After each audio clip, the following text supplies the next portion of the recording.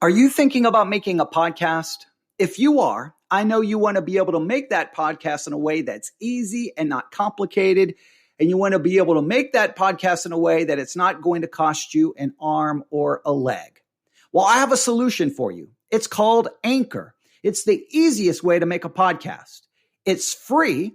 There's creation tools that allow you to record and edit your podcast right from your phone or computer. Anchor will distribute your podcast for you so it can be heard on Spotify, Apple Podcast, and many more. You can make money from your podcast with no minimum listenership. It's everything you need to make a podcast. Here's what you need to do. Download the free Anchor app today or go to anchor.fm to get started. That's anchor.fm to get started. Start your podcast today.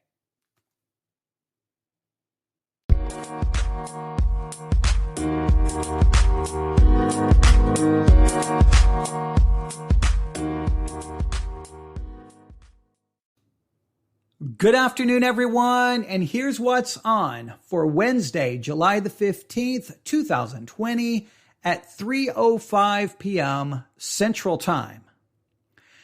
Now, I know 2020 has been an absolutely crazy year. Some may describe 2020 as something you would see in a movie, specifically the kind of movie that is called a disaster film. Let me read a description. A disaster film or a disaster movie is a film genre that has an impending or ongoing disaster as its subject and primary plot device. Such disasters include natural disasters such as floods, earthquakes, tsunamis, or asteroid collisions. Accidents such as shipwrecks or airplane crashes, or calamities like worldwide disease, pandemics. All right, that's a disaster film. That's a disaster movie. And many have described this year as being something you would see in a movie like that. So, in the middle of a year that some are describing as a disaster film or as a disaster movie, do you think people would want to sit down and watch an actual disaster film or disaster movie? Do you think that genre of filmmaking is going to be out of fashion? It's not going to be the end thing for a little while. We're going to have to take a break, and we're going to want some kind of new entertainment. And the disaster film will have to return, a few years in the future. What do you think? Well, for me, I sat down today to watch a disaster film, to watch a disaster movie. And what I watch is currently on CBS All Access. Now, you may have heard of this movie. It is called The Core. The Core. It is a 2003 American science fiction disaster film. Now, to be fair, this movie is definitely in the B movie category. It has been voted as one of the worst. Let's see. Let me see here. Here's some of the things. It was in a poll, hundreds of scientists took a poll about bad science fiction films. The Core was voted the absolute worst. Okay. So now the reason there was a lot of criticism of the film is they say it's so scientifically inaccurate, but at the same time, it's a movie. I mean, do you always want your movies to be scientifically accurate, or you want them to be fun and entertaining? I don't know. Some people want a little bit of both. Maybe they want them to be scientifically plausible. I don't know. I tend to judge entertainment that it's entertainment. Now, I do like my entertainment to have a message, to have maybe a little philosophical concepts thrown in, to have some kind of a message about life, about the human condition, maybe something about psychology, not necessarily making sure that it's completely 100% scientifically accurate. Because if you think about, there's a lot of things happen in movies that are not very accurate, but they're entertaining. So I don't think accuracy, scientific accuracy or accuracy in other areas have to necessarily be a major focus in a storytelling as far as a movie is concerned. Maybe some things. I mean, I was in the military for 19 years. And sometimes you'll see a movie showing something related to the military and you're like, what's going on? What are they talking about? Which then can distract you from the storytelling. So I guess if the inaccuracy, it's just weird. I think there's some things we overlook and there's some things that bother us. So I think maybe it's a individual thing. But I was watching The Core. All right. Now, I'll give you kind of a basic, I'll kind of give you a basic summary. The Core is, in this movie, basically it focuses on a team whose mission is to drill to the center of the earth and set off a series of nuclear explosions in order to restart the rotation of the Earth's core. Now, why do they want to restart the rotation of the Earth's core? Because that has something to do with the Earth's magnetic field. And without that magnetic field, guess what? The Earth is going to burn up and there's going to be all these horrible disasters. Okay. That's the basic plot. But as I was watching the movie, in fact, actually, I didn't finish it. I just stopped it I have 58 minutes to go because there was this dramatic scene where one of the scientists, something happens to the scientist. I don't want to give a spoiler away. I mean, it's an older movie, so there's a good chance you've seen it. So let me do this. The movie is currently on CBS All Access in the movie section. It's called The Core. Definitely go into it watching it like it's a B movie. It's over the top. It's not scientifically accurate, but there's a lot of action.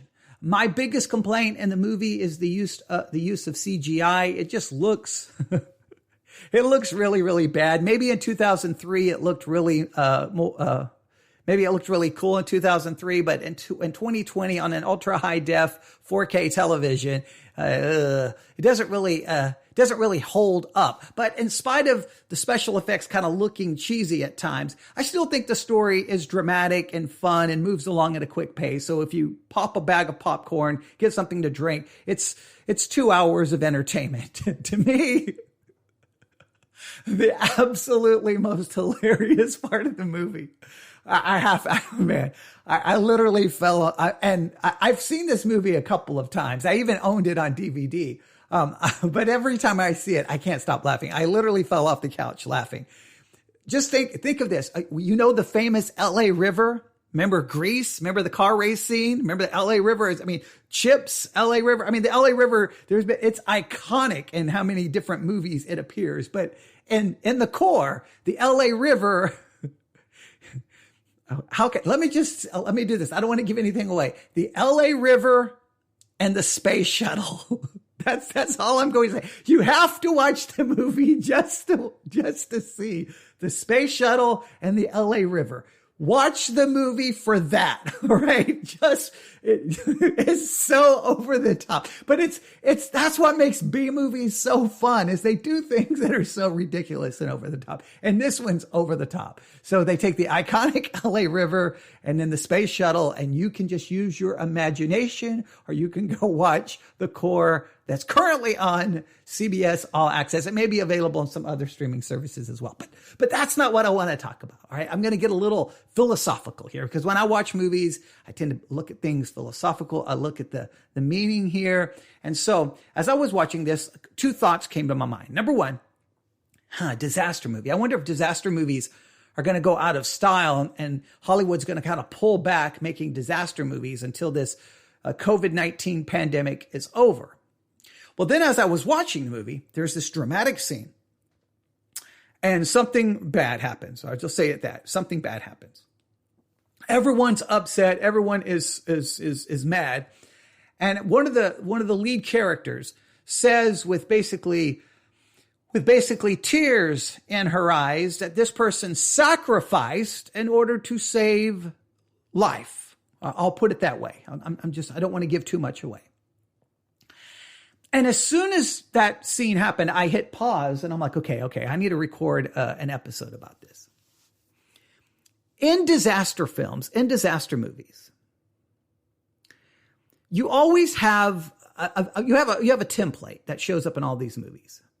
Clearly, you always have certain individuals. Sometimes you have an individual trying to warn everyone, hey, this is coming, and nobody listens. And then the disaster happens. That's a common template. Another part of the template is you end up with an individual or a group of individuals who have to risk everything in order to save everyone. And you know, as soon as the movie begins, that now, if it's one individual, there's a good chance that individual will survive. But if it's a group of individuals, you know, people in that group are going to die. And one of the major themes in disaster movies is sacrifice. Someone is going to have to sacrifice in order to save lives. And the sacrifice is always seen as heroic, as they gave everything to save everyone. And we see it as heroic and it's moving and it's emotional. And you're like, man, they were so brave. They were willing to give everything to save everyone. And that sacrifice is seen as this powerful, heroic thing that should be cheered, that we should all seek to be that way. And you're left with the question, if I was put in a situation like that, would I be willing to sacrifice everything? Now, there's always someone in either in the original group or someone in the film who's unwilling to sacrifice. All they care about is themselves. They're selfish. They don't care about anyone. They don't care about anything. They just want to care about saving themselves, and they're not going to sacrifice a thing for anyone. In fact, they'll push someone else in front of the disaster in order to save themselves. They will sacrifice other people to save themselves. And you always have this contrast of these competing kind of ideals. And as I was watching it, I'm like, we're literally in the middle of a pandemic, a disaster, this COVID-19 situation. And instead of everyone coming together, which in the disaster movies, everyone tries to come together, you always have a few individuals who stand against the attempt to save everyone because all they care about is saving themselves.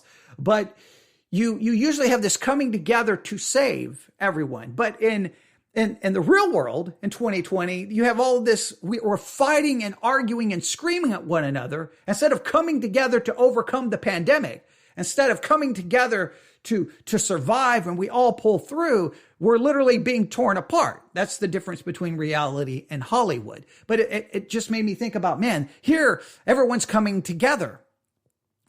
We'll talk about this in a second. There's an interesting aspect to the core that they really don't explore, but they should. And we'll talk about it in a second. But typically in disaster films, there's a coming together, right? People pull together in the core. People from countries from all around the world come together, pull in resources in order to save the world. But for us, we're fighting, we're arguing, we're calling each other names. And it's like, man, it's just so different when you look at the real world. But another interesting thing in the real world, and I know I'm going to make some people mad about this, but I just want you to think about it. In disaster films, people are willing to sacrifice everything, willing to give their life to save people. In 2020, if you ask someone to wear a mask in order to possibly, even if you don't believe it will work, just for the chance, just the possibility that you may be able to save life, to not spread something, to keep yourself from getting infected so that you don't infect other people, people will literally fight you. I'm not going to wear a mask and believe that the mask is a part of a grand conspiracy to take away their constitutional rights. They won't sacrifice anything in order to possibly help stop the spread of a virus causing a pandemic. They won't do anything. It's just so the contrast. We go to movies and we celebrate the sacrifice. And then when we're called to take on a minor inconvenience, a minor nuisance, like putting on a mask, we crumble and we cave and we fight and we become selfish. It's like in some ways, what we're seeing happening on the streets in America right now is like the people in disaster films are like, nope, I only care about me. Not going to do anything to help you. And it's like, I thought as the moviegoers, we celebrate the ones making the sacrifice. But then when we're called to make the sacrifice, we're not going to do it. And we make all kinds of excuses. But even if you don't think it works, even if there's only a 10% chance that it may help, isn't that worth it? Isn't that worth it to stop the spread of a virus and stop possible death and try to get everything so that we can reopen everything and we can get back to life as normal? Isn't it worth that kind of a sacrifice? But clearly some people don't believe it is. Now, there's one other thing about the core that kind of brings up a philosophical question. And now the concept is so ludicrous, and I wish they would have explored it more. What's probably shocking is that they didn't even explore it. Here's the idea. So they find out that the magnetic field around the earth is falling apart, and the earth is going to, basically burn up, and everyone's going to die. And the whole the whole human race is going to be wiped out. So they realize what's going on, and they start trying to come up with this solution, and they build this ship. So they're going to launch into the core of the earth and set off these nuclear explosions to restart the spinning of the core. So the magnetic field will be saved. Okay. All right. They decide not to let all the people on earth know this. They're going to keep it quiet. So they bring in a computer hacker to basically hack the internet so that no information can ever reach the people about what's happening. So just the powerful decide that the information shouldn't go to the people, and they keep it from the people. Now, they never explore if this is ethical, if this is right. They just kind of like, look, we have to do this or the people will panic. So they keep the information from the people. Now, later on, not soon after they're keeping the information from the people, Rome is hit with this electrical storm where lightning is just blowing up buildings left and right. You give the idea when they show the final scene of Rome in flames that probably a lot of people died. And you're thinking, well, wait a minute. Why didn't you give people the information to prepare them? Like that ethical question is never raised. But so should the powerful keep information from the normal people in order to stop panic and division? Well, you look at everything happening with COVID. Should people know or not know? Like it's an interesting approach the movie takes. Hey, the people in charge have deemed this information too sensitive for the average person. They can't handle it. They'll panic. So we're going to keep it from them, and we're going to look out for them, and we're not going to let them know. And it's just done with no questions raised. Like, that's an ethical dilemma that should have been explored in the film, but they just overlook it. So I thought that was interesting. So I guess what I'm trying to say is the core, even though it's a B movie, really has some concepts that are very relevant to what we're seeing in our world today. Disaster films. Do they go out of style? Interesting question to consider. Disaster films. We always have sacrifice as being the highest ideal in order to save and preserve life. But in reality, when we're asked to do something that may be a nuisance, an inconvenience, many people will refuse to do that in order to possibly save or preserve life. Interesting. In the movies, the person that's looked upon as, a jerk, a piece of dirt, a piece of human garbage is the one that's selfish and only thinks of themselves. And yet in our culture, we're seeing a lot of that mentality. And in the core, the powerful, quote unquote, the elite, decide that the average people should not be told what's happening. And then they hack the internet to keep the information from them. And it's seen as acceptable. Is that acceptable? I believe people deserve the information, but that gets into a whole different question, but I'll just throw it out there. The Core. It's currently on CBS All Access.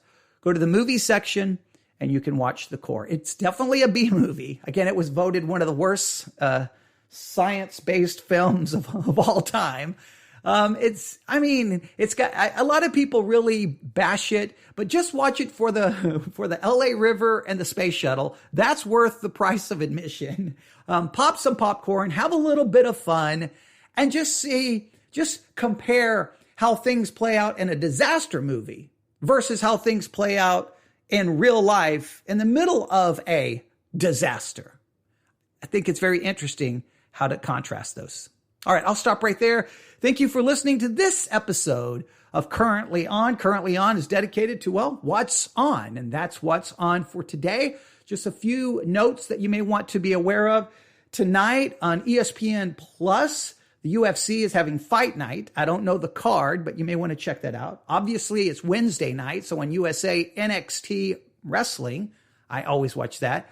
On TNT, AEW Wrestling. If you want some counter programming, I prefer NXT over AEW, but there's a long reason for that. The reason why is when NXT does a pay-per-view, I can get that pay-per-view for $9.99 on the WWE network. And if AEW does a pay-per-view, I've got to pay $40 or $50. Well, I'm not paying $40 or $50 for pay-per-views anymore in 2020. So I'm going to support the company who's got a better model where I can watch the storylines develop in their weekly TV program and then see the payoff on their pay-per-view simply for $9.99 a month. So that's why I support NXT.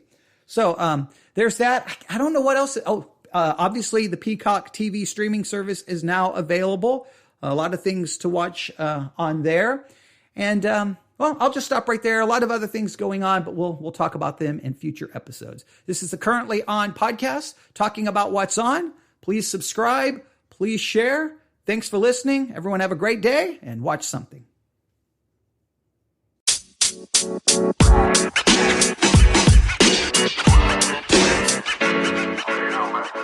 You know, man.